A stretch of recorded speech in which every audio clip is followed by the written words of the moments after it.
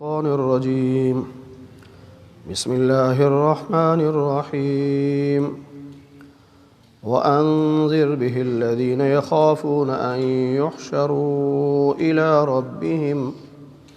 إلى ربهم ليس لهم من دونه ولي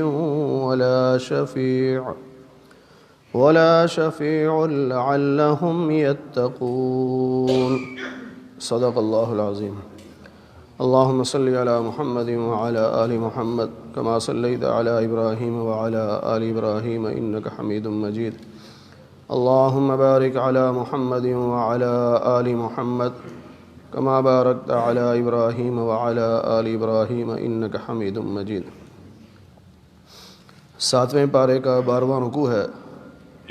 سورہ انعام کی آیت نمبر 51 سے درس کا آغاز ہو رہا ہے۔ اللہ فرماتے ہیں کہ وَأَنذِرْ بِهِ، اس قرآن کے ذریعے سے آپ ڈرائیے، یعنی نافرمانوں کو جہنم کے عذاب سے ڈرانا، اسے انذار کہتے ہیں۔ لیکن ڈرے گا وہی الذین یخافون، جس کے دل میں خوف خدا ہوگا۔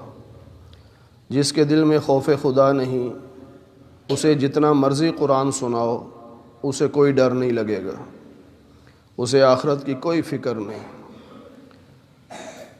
ان یحشروا الی ربہم، خوف خدا کا مطلب یہ ہے کہ اسے یہ معلوم ہو کہ اپنے رب کے سامنے حاضر ہونا ہے،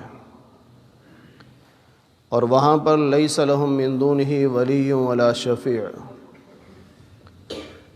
اللہ کے سامنے نہ تو کوئی دوست کام آئے گا اور نہ کسی کی سفارش کام آئے گی۔ یہ کافروں کے بارے میں ہے۔ مسلمان کے حق میں مسلمان دوست بھی کام آئے گا اور سفارش بھی کام آئے گی، لیکن اپنی مرضی سے کوئی سفارش نہیں کر سکے گا۔ سفارش وہی کرے گا جس کو اللہ اجازت دیں گے۔ لیکن اتنی بات قرآن سے ثابت ہے کہ مومن کے حق میں مومن کی سفارش کی جائے گی اور یہ قابل قبول ہوگی۔ کافر کے حق میں کسی کی سفارش قابل قبول نہیں، چاہے اس کا باپ سفارش کرے، چاہے اس کی اولاد مومن ہو کے بھی سفارش کرے، تب بھی کافر کے حق میں سفارش قابل قبول نہیں ہے۔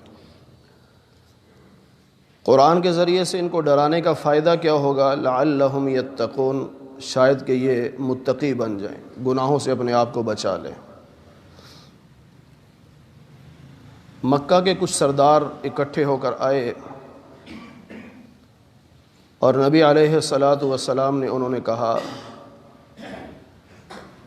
کہ جی آپ کے پاس غریب غربا بیٹھے ہوتے ہیں، جیسے حضرت بلال، حضرت عمار، حضرت خباب، حضرت یاسر، یہ جو حضرات بیٹھے ہوتے ہیں، ان کی موجودگی میں ہم آپ کے پاس نہیں بیٹھ سکتے۔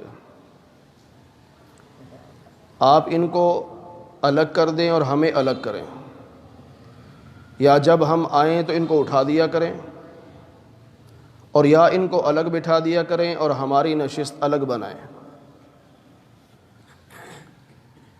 ایک روایت یہ ہے کہ حضرت عمر رضی اللہ تعالی عنہ نے یہ تجویز دے دی کہ یا رسول اللہ صلی اللہ علیہ وسلم، اگر ایسا کر لیں تو حرج کیا ہے؟ ایمان کی دعوت دینی ہے، اگر یہ ایمان لے آئے تو پھر بعد میں خود ہی اکٹھے بیٹھ جائیں گے۔ اور ایک روایت یہ ہے کہ نبی علیہ السلام نے ارادہ کر لیا تھا کہ ان کی نشست الگ بنا دی جائے، کہ سردار الگ بیٹھا کریں گے اور غریب الگ بیٹھا کریں گے۔ اس پہ اللہ تعالیٰ نے یہ آیات نازل فرمائیں، وَلَا تَطْرُدِ الَّذِينَ يَدْعُونَ رَبَّهُمْ بِالْغَدَاةِ وَالْعَشِيِّ، آپ ان لوگوں کو اپنے پاس سے نہ اٹھائیں جو اپنے رب کو پکارتے ہیں صبح بھی شام بھی، یعنی اللہ کا ذکر کرتے ہیں، اللہ کے قرآن کی تلاوت کرتے ہیں، آپ ان کو اپنے پاس سے نہ اٹھائیں۔ اور یہ غریب غربا جو ہیں یہ تو یریدون وجہہ، یہ تو اللہ کی رضا کی تلاش میں ہیں۔ ما علیک من حسابہم من شیء، اگر یہ کافر ایمان نہیں لاتے، یہ بڑے بڑے سردار ان غریبوں کی وجہ سے ایمان نہیں لاتے، تو ان کا حساب آپ کے ذمے نہیں ہے۔ اور کل کو کوئی اگر یہ کہے کہ نبی علیہ الصلاۃ والسلام اگر ان کو مناسب پروٹوکول دے کر دعوت دیتے تو یہ ایمان لے آتے، یعنی نعوذ باللہ اگر نبی پر کوئی الزام لگائے کہ آپ کی وجہ سے یہ ایمان نہیں لائے کیونکہ آپ نے ان کو عزت نہیں دی، تو آپ کا حساب ان کے ذمے نہیں، ان کا حساب آپ کے ذمے نہیں۔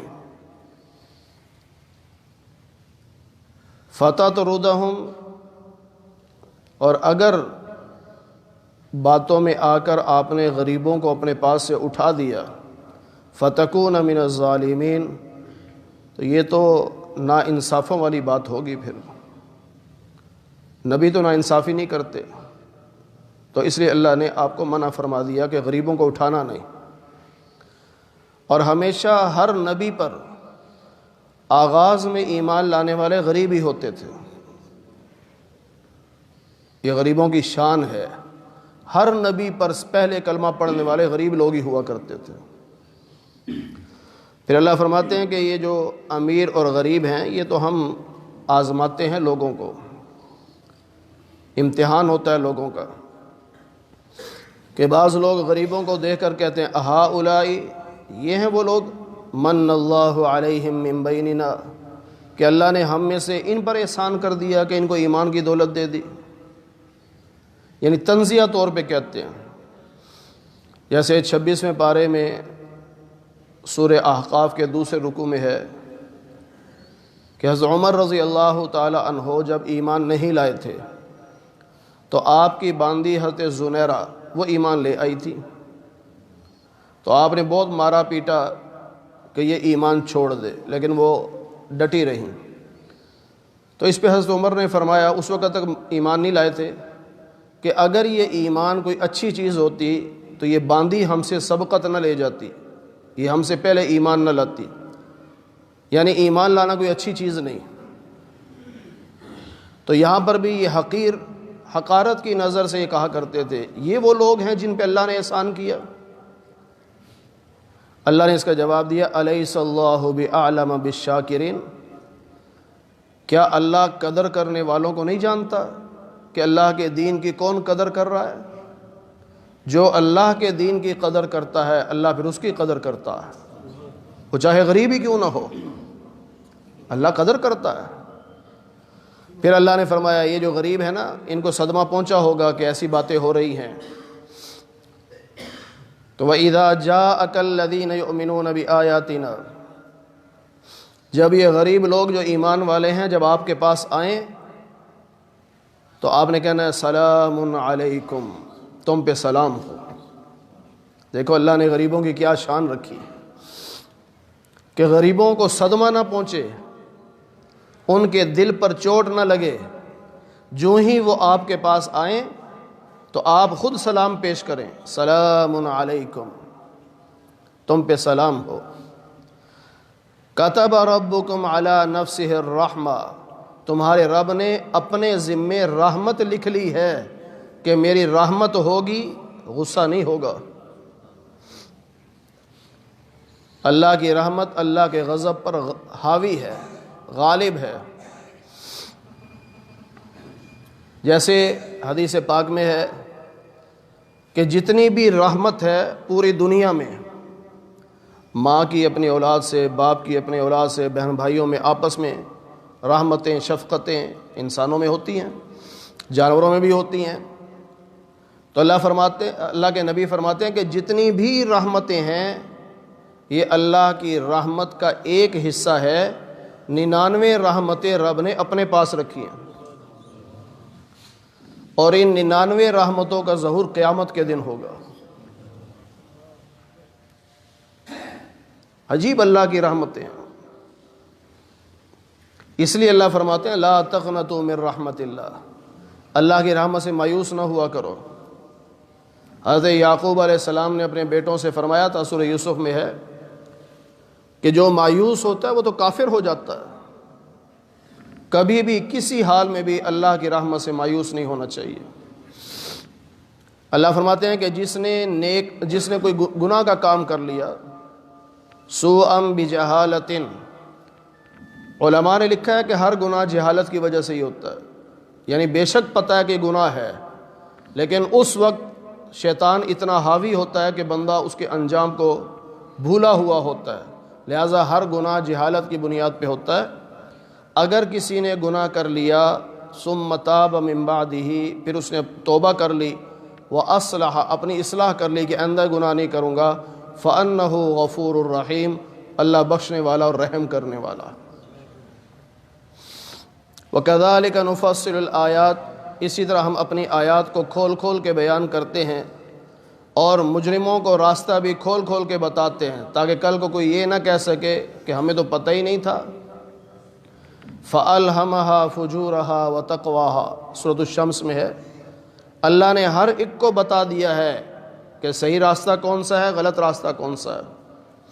تقوی والا راستہ یعنی جنت والا راستہ کون سا ہے، اور گناہوں والا راستہ، فسق و فجور والا راستہ کون سا ہے، یعنی جہنم والا راستہ کون سا ہے. اللہ نے سب کو بتا دیا ہوا ہے. اب انسان کی مرضی ہے جس راستے مرضی چلے. وَهَدَيْنَاهُ النَّجْدَيْنِ، سورہ بلد میں ہے کہ ہم نے دونوں راستوں کی رہنمائی کر دی ہے. اب انسان کی اپنی مرضی ہے. ایک دفعہ شیطان بیٹھا سر پہ مٹی ڈال رہا ہے، افسوس کر رہا ہے. یہ کہا تجھے کیا ہوا؟ کہتا ہے میں نے انسان کو گناہوں پہ لگایا تاکہ یہ جہنم میں جائے. یہ گناہ کرتا رہا، میں بڑا خوش تھا کہ جہنم میں جا رہا ہے. اس نے جب توبہ کی، اللہ نے سارے گناہ معاف کر دیے، تو میری ساری محنت ضائع ہو گئی، اس لیے میں اپنے سر پہ خاک ڈال رہا ہوں. ہمارا دشمن بڑا طاقتور ہے، مضبوط ہے. شیطان جو ہے یہ دشمن ہے، ہم اس کا مقابلہ نہیں کر سکتے. ہاں اتنا ہو سکتا ہے کہ جب یاد آ جائے کہ مجھ سے غلطی ہو گئی، اپنے رب سے کہہ دیں یا اللہ معاف کر دے، اللہ معاف کر دیتے. قل، اے نبی آپ ان کو بتا دیجئے، انی نہیت ان اعبد الذین تدعون من دون اللہ، اللہ نے مجھے منع کر دیا ہے کہ میں اللہ کے علاوہ کسی کی عبادت نہیں کر سکتا. تم کرتے ہو، یعنی مشرکو تم کرتے ہو، مجھے میرے رب نے منع کر دیا. تو جب نبی کو منع کر دیا تو نبی کی امت کو بھی منع کر دیا کہ اللہ کے علاوہ کسی اور کی عبادت نہیں کرنی. آپ یہ بھی فرما دیجئے کہ لا اتبع اہواءکم، میں تمہاری مرضی پر نہیں چل سکتا کہ تم جیسا چاہو میں ویسا کروں، ایسا نہیں. کیونکہ نبی ہدایات لیتا ہے اللہ سے، لوگوں سے نہیں لیتا. اور نبی کے وارث علماء کا بھی کام یہی ہے کہ لوگوں کی ہدایات پہ نہ چلیں، شریعت کی ہدایات پہ چلیں. آج جو دین مٹ رہا ہے، ہماری زندگیوں سے دین برائے نام رہ گیا، اس کی ایک بڑی وجہ یہی ہے کہ ہمارے علماء اور خطباء اور امام وہ ایسی باتیں کرنا چاہتے ہیں جس سے لوگ خوش رہیں، بس لوگ خوش رہیں. ہر آدمی کو پتہ ہوتا ہے میری مسجد والوں کا مزاج کیا ہے، نمازی کیا چاہتے ہیں، تو وہ ان کے مزاج کی باتیں کرتا ہے، سیدھا مسئلہ نہیں بتاتا کہیں فلانا ناراض نہ ہو جائے.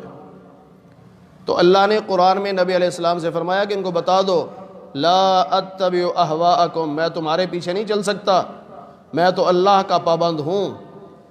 تو ہمیں بھی یہی کہنا چاہیے کہ لوگوں ہم تمہارے پیچھے نہیں چل سکتے، ہم اللہ اس کے رسول کے غلام ہیں، ان کے پابند ہیں. جو علم وہاں سے ملا ہے ہم نے وہ مسئلہ تمہیں بتانا ہے.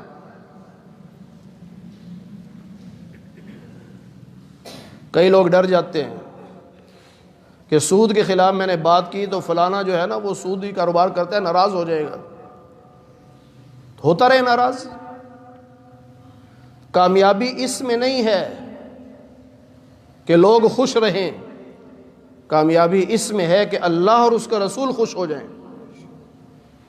اللہ اور اس کے رسول خوش ہوں گے جب ہم سچی بات کریں گے، صحیح مسئلہ بتائیں گے۔ امی عائشہ رضی اللہ عنہ فرماتی ہیں خوش نصیب ہے وہ انسان جو اللہ کو راضی کر لے چاہے لوگ ناراض ہو جائیں، اللہ کو راضی کرے، اور بد نصیب ہے وہ انسان جو لوگوں کو راضی کرے اور اللہ ناراض ہو جائے۔ آج ہم کیا کرتے ہیں شادی بیاہ پہ، فوتگی پہ کیا کرتے ہیں؟ ہم رسم و رواج کرتے ہیں کہ لوگ خوش ہو جائیں، برادری والے خوش ہو جائیں۔ اللہ اس کے رسول کو نہیں خوش کرنا چاہتے، برادری والوں کو خوش کرنا چاہتے ہیں۔ یاد رکھیے جب ہم اللہ اور اس کے رسول کو خوش کریں گے تو ہم کامیاب ہیں، جب اللہ اور اس کے رسول کو ناراض کریں گے تو ہم ناکام ہیں۔ اس لیے ہمیشہ ذہن میں یہ رکھیے کہ میں وہ کام کروں جس سے میرا اللہ اور اللہ کا رسول راضی ہو جائے بس۔ اور یاد رکھو جب اللہ راضی ہو جاتا ہے نا، مخلوق کو اللہ خود ہی راضی کر دیتا۔ اگر میں بیٹھ کر یہاں یہ کوشش کروں کہ لوگ مجھ سے راضی ہو جائیں تو میں الٹا بھی لٹک جاؤں، لوگ راضی نہیں ہو سکتے۔ کسی کو کوئی جملہ پسند نہیں آئے گا، کسی کو مسئلہ پسند نہیں آئے گا، کسی کو کوئی انداز پسند نہیں آئے گا۔ لیکن جب میں کوشش کروں گا میرا رب راضی ہو جائے، تو جب رب راضی ہوگا تو رب پھر ان بندوں کو خود ہی راضی کر دے گا۔ حدیث پاک میں ہے نا کہ جب ایک بندہ رب کو راضی کرتا ہے تو اللہ جبریل کو بلاتے ہیں، سیدنا جبریل علیہ السلام سے کہتے ہیں مجھے فلاں آدمی سے محبت ہو گئی، تم بھی اس سے محبت کرو۔ اور پھر سیدنا جبریل فرشتوں میں اعلان کرتے ہیں فلاں آدمی سے اللہ کو محبت ہو گئی، تم بھی اس سے محبت کرو۔ پھر فرشتے پوری روئے زمین میں اعلان کرتے ہیں کہ لوگوں اللہ کو فلاں بندے سے محبت ہو گئی، تم بھی ان سے محبت کرو۔ پھر نتیجہ کیا نکلتا ہے کہ اللہ کا بندہ وہ کسی کو نہیں جانتا لیکن سب اس سے محبت کرتے ہیں۔ 1.25 لاکھ نبی دنیا میں آئے، ہم نے دیکھا کسی کو؟ ہمارے دل میں محبت ہے کہ نہیں؟ کیوں ہے؟ کیا انہوں نے ہمیں کہا تھا مجھ سے محبت کرو، مجھ سے خوش ہو جاؤ، مجھ سے راضی ہو جاؤ؟ نہیں، انہوں نے رب کو راضی کیا، رب نے ان کی محبت ہمارے دلوں میں بٹھا دی۔ 1.5 لاکھ سے زیادہ صحابہ کرام، ہم نے کسی صحابی کی زیارت کی، کسی سے کوئی رشتہ داری ہماری، لیکن صحابہ کی محبت ہمارے دل میں کیوں ہے؟ انہوں نے رب کو راضی کیا، رب نے ساری مخلوق کو صحابہ سے راضی کر دیا۔ اللہ کے ولی ہیں، کروڑوں ولی گزر گئے، آج بھی ہم ادب سے نام لیتے ہیں حالانکہ ہم جانتے نہیں ہیں، دیکھا نہیں ہے۔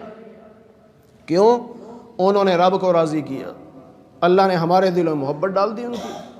جب ہم رب کو راضی کریں گے تو اللہ تعالیٰ مخلوق کے دلوں میں ہماری محبت خود بخود ڈال دے گا۔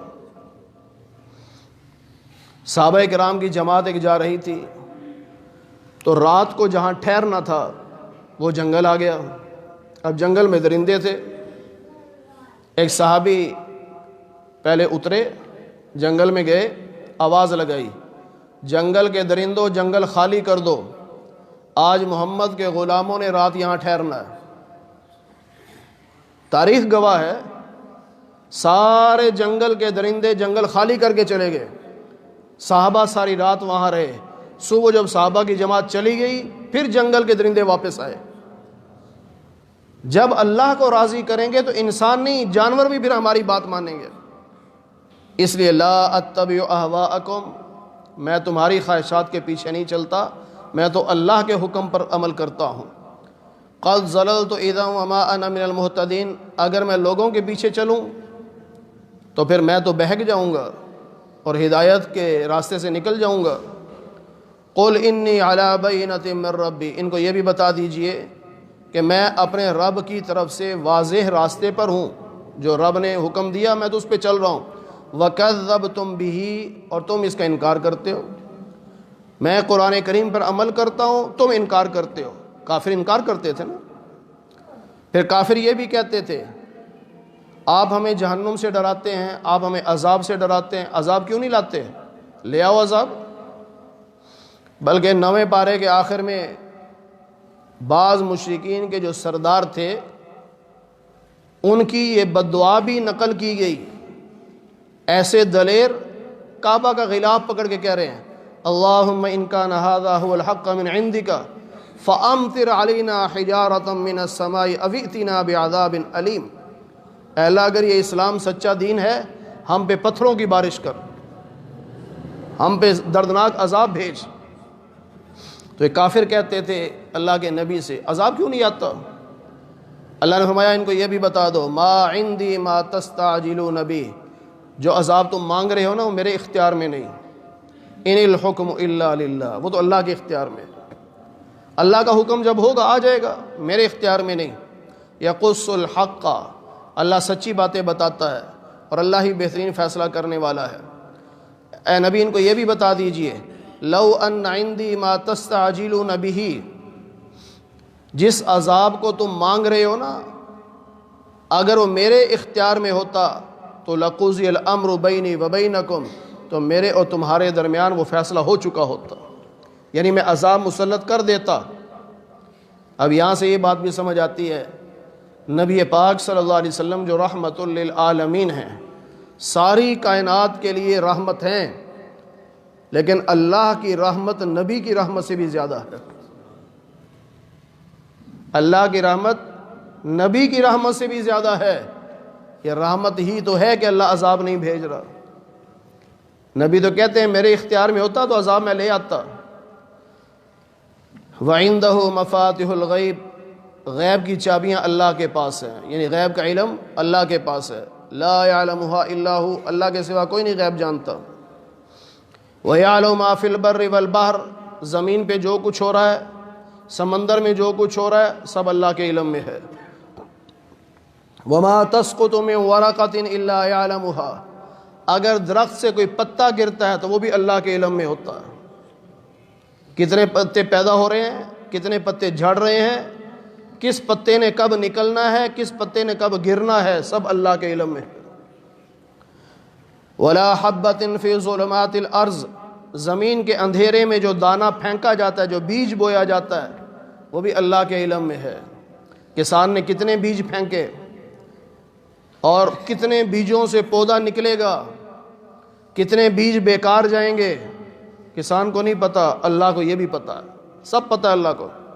وَلَا رَطْبٍ وَلَا يَابِسٍ إِلَّا فِي كِتَابٍ مُبِينٍ، کوئی خشک چیز یا کوئی تر چیز کوئی بھی اللہ کے علم سے باہر نہیں ہے. وَهُوَ الَّذِي يَتَوَفَّاكُمْ بِاللَّيْلِ، رات کو جب تم سوتے ہو تمہاری روح کو اللہ نکال لیتا ہے. اللہ یتوفی الانفس حین موتها واللتی لم تمت فی منامها، 24ویں پارے میں ہے. جب سوتے ہیں تب بھی روح نکل جاتی ہے، جب کوئی مرتا ہے تب بھی روح نکل جاتی ہے. اب جس کی موت کا وقت آ گیا اس کی روح واپس نہیں آتی، لیکن جس کی زندگی ابھی باقی ہے اللہ اس کی روح کو واپس بھیج دیتا ہے، پھر بندہ بیدار ہو جاتا ہے، اٹھ جاتا ہے. جب ہم نیند میں جاتے ہیں نا گویا موت میں چلے گئے. تعلق ہوتا ہے روح کا جس کی وجہ سے نبض چل رہی ہے، ہم سانس لے رہے ہیں، کروٹ لے رہے ہیں، وہ تعلق ہے روح کا. ورنہ ہمیں شعور نہیں رہتا کہ ہمارے دائیں بائیں کیا ہو رہا ہے. جتنی دیر ہم سوئے ہوئے ہیں ہمیں نہیں پتہ چلتا کیا ہو رہا ہے، ہمیں نہیں پتہ چلتا ہم کہاں ہیں.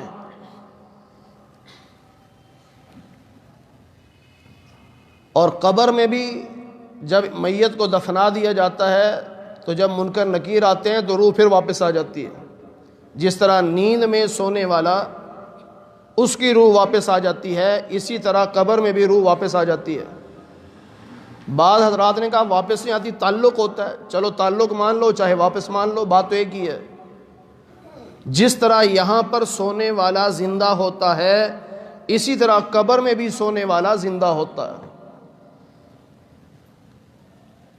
جس طرح یہاں سونے والا اپنے خواب میں خوشیاں بھی محسوس کرتا ہے، دکھ بھی محسوس کرتا ہے. کبھی کوئی اٹھتا ہے تو پسینہ آ رہا ہوتا ہے، گھبرایا ہوا ہوتا ہے، دائیں بائیں دیکھ رہا ہوتا ہے. گھر والے کہتے ہیں کیا ہوا، خیر ہے؟ کہتا ہے میں تو بہت ڈرا ہوا تھا، میرے پیچھے پولیس لگی ہوئی تھی، میں تو بھاگ بھاگ کے تھک گیا. وہ تو شکر ہے آنکھ کھلی پتہ چلا خواب تھا. اور بعض دفعہ بڑا ہنستا ہوا اٹھتا ہے، مسکرا رہا ہوتا ہے. پوچھو بھئی خیر ہے، مسکرا رہا ہے؟ کہتے ویسے تو اتنی خواب میں شادی ہو رہی تھی تو میں اس لیے خوش ہو رہا تھا۔ اسی طرح قبر میں سونے والا بھی جنت کی نعمتیں بھی محسوس کرتا ہے اور جہنم کی سزائیں بھی محسوس کرتا ہے۔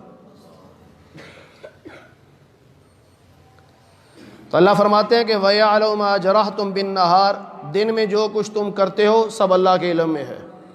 جو کچھ بھی ہم کر رہے ہیں سارا دن اللہ کے علم میں ہے، رات میں بھی جو کچھ کر رہے ہیں سب اللہ کے علم میں ہے۔ ثُمَّ يَبْعَثُكُمْ فِيهِ، پھر اللہ تمہیں اٹھا دیتا ہے، لِيُقْضَىٰ أَجَلٌ مُّسَمًّى، نیند کے بعد دوبارہ اٹھا دیتا ہے کہ اپنی زندگی پوری کر لو، اور جب وہ موت کا وقت آئے گا پھر نہیں اٹھائے جاؤ گے۔ اس لیے ہمیں حکم کیا ہے؟ دعا کون سی پڑھتے ہیں صبح کو؟ الحمدللہ الذی احیانا بعد ما اماتنا، اللہ کا شکر ہے جس نے موت کے بعد ہمیں زندگی دے دی۔ یہ موت کون سی ہے؟ یہ وہی موت ہے کہ روح نکل گئی تھی، تعلق باقی تھا، اب پھر روح واپس آ گئی، اب پورا تعلق قائم ہو گیا۔ پھر ثم الیہ مرجعکم، پھر تم سب کو لوٹایا جائے گا، ثم ینبئکم، پھر تمہیں بتایا جائے گا، بما کنتم تعملون، جو کچھ تم عمل کرتے رہے اللہ بتائے گا قیامت کے دن کیا کرتے رہے ہو۔ اب یہاں پہ میں نے پڑھا کہ اللہ کی رحمت بڑی عجیب، دیکھیے کیا عجیب اللہ کی رحمت۔ قیامت کے دن اللہ کافروں کا جو حساب ہوگا وہ سب کے سامنے لے گا، سب کے سامنے ذلیل ہوں گے کافر، لیکن ایمان والے کا جب حساب ہوگا اس کے جو گناہ بھی ہوں گے اللہ سب کے سامنے نہیں بتائے گا، علیحدہ تنہائی میں اس کو بتائے گا تو نے یہ گناہ کیے، تاکہ دوسروں کو پتہ نہ چلے۔ وَهُوَ الْقَاهِرُ فَوْقَ عِبَادِهِ، اللہ اپنے بندوں پر غالب، وَيُرْسِلُ عَلَيْكُمْ حَفَظًا، اللہ فرشتے بھیجتا ہے اپنے بندوں کی حفاظت کے لیے۔ ایک حفاظت یہ ہے کہ جنات سے فرشتوں کے ذریعے سے انسان کی حفاظت ہوتی ہے۔ اگر فرشتے ہماری حفاظت نہ کریں تو جن ہمیں زندہ نہ چھوڑے۔ اور ایک حفاظت یہ ہے کہ فرشتے مقرر ہوتے ہیں، ہر وقت ہمارے ساتھ ہوتے ہیں، جو ہمارے اعمال کو محفوظ کرتے رہتے ہیں، اچھا ہو چاہے برا ہو لکھتے رہتے ہیں۔ حتیٰ اذا جاء احدکم الموت، یہاں تک کہ جب تم میں سے کسی پر موت آتی ہے، توفت رسلنا، تو ہمارے فرشتے اس کی روح کو نکال لیتے ہیں، وہم لا یفرطون، اور وہ کوئی کوتاہی نہیں کرتے، سستی نہیں کرتے۔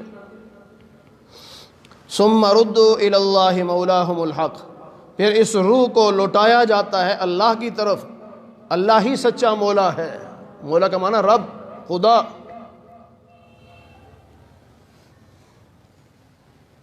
من کنت مولاہ فعلی مولا، اب اس میں بڑی بحثیں ہوتی ہیں کہ جی شیعہ جو مولا کہتے ہیں وہ ٹھیک کہتے ہیں نا، حدیث میں جو مولا کا لفظ آیا، بھئی مولا کا ایک معنی ہے دوست، اور مولا جو شیعہ کہتے ہیں وہ خدا کے معنی میں کہتے ہیں، وہ حضرت علی کو خدا سمجھتے ہیں۔ یہ تو شرک ہے، یہ تو کفر ہے۔ اگر مولا بمعنی دوست ہو تو ٹھیک ہے، مولا بمعنی سردار ہو تو پھر ٹھیک ہے، لیکن ایک لفظ جو معاشرے میں مشہور ہو جاتا ہے، اب وہاں نہیں پوچھا جاتا کہ جناب آپ کی نیت کیا ہے، آپ مولا بمعنی دوست لے رہے ہو یا مولا بمعنی رب لے رہے ہو۔ جب ایک معاشرے میں لفظ مشہور ہو جاتا ہے پھر نہیں پوچھا جاتا، پھر اسی مشہور لفظ پر حکم دیا جاتا ہے۔ بعض رات کہتے ہیں ہم بھی مولا علی کہتے ہیں، اور بھئی مولا علی کا لفظ تو انہوں نے مشہور کیا اور وہ خدا کے معنی میں لیتے ہیں، اس لیے ہمیں نہیں کہنا چاہیے۔ قرآن کریم میں ہم پڑھ چکے ہیں، پہلے پارے میں بھی 5ویں پارے میں بھی، کہ جس لفظ کے 2 مطلب نکلتے ہوں اور ایک مطلب صحیح ہو اور ایک غلط ہو، اس لفظ کو بولنا چھوڑ دو، کیوں؟ دشمن اس سے غلط مطلب لیتا ہے۔ جب ہم مولا علی کہیں گے تو دشمن کہے گا دیکھو علی کو خدا مانتے ہیں، تو دشمن تو یہی کہے گا نا، یا ایھا الذین آمنوا لا تقولوا راعنا۔ اب راعنا کے لفظ میں کیا تھا؟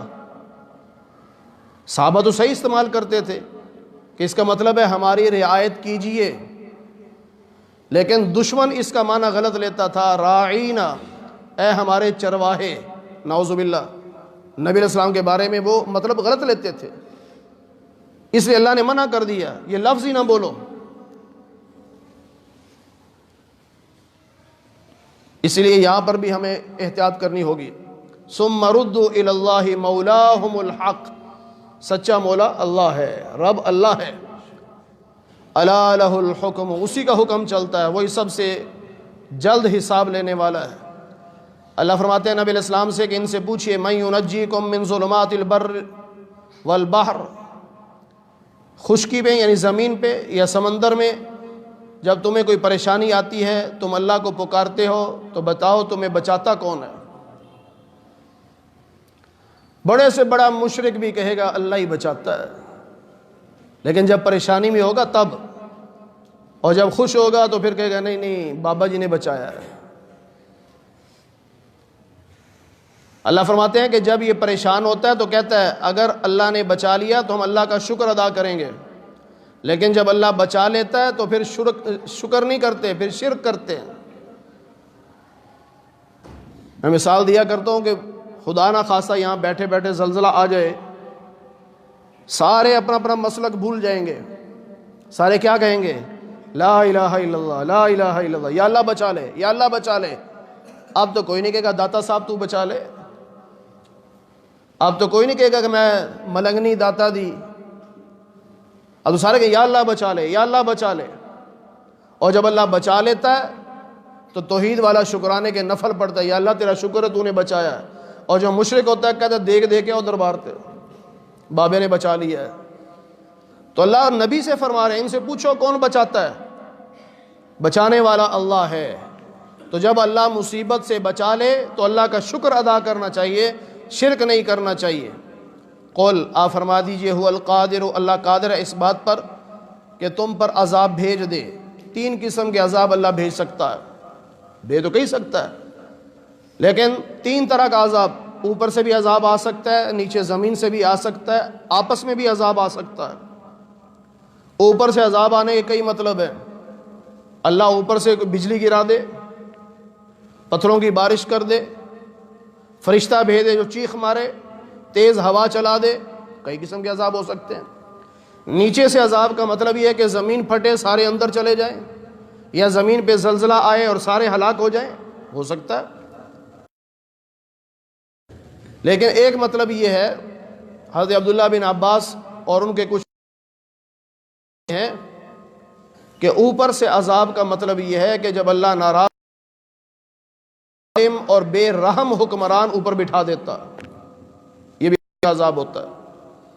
اور نیچے سے عذاب کا مطلب یہ ہے کہ تم خود ٹھیک ہو، بظاہر ٹھیک ہو، لیکن رب تم سے ناراض ہے تو تمہارے ماتحت کا عملہ جو ہوتا ہے وہ تمہارا فرمان ہوتا ہے۔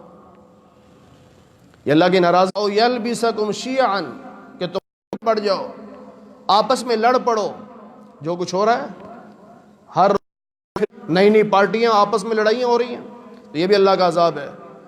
اللہ فرماتا ہے نے قرآن کریم کو جھٹلا دیا حالانکہ وہ حق ہے۔ قل، آپ فرما دیجئے، لست علیکم، تم سے کلمہ پڑھواؤں، میں تو رسول ہوں اور رسول کا کام تبلیغ۔ مانے اور نبی نے جتنی پیشن گوئیاں کر دی ہیں، ہر خبر کا ایک وقت مقرر ہے، کوئی قیامت نہیں۔ کس نے قیامت دیکھی؟ یہ ہوگا وہ ہوگا، اب کئی یہ لوگ اپنی اپنی زبانوں میں جملے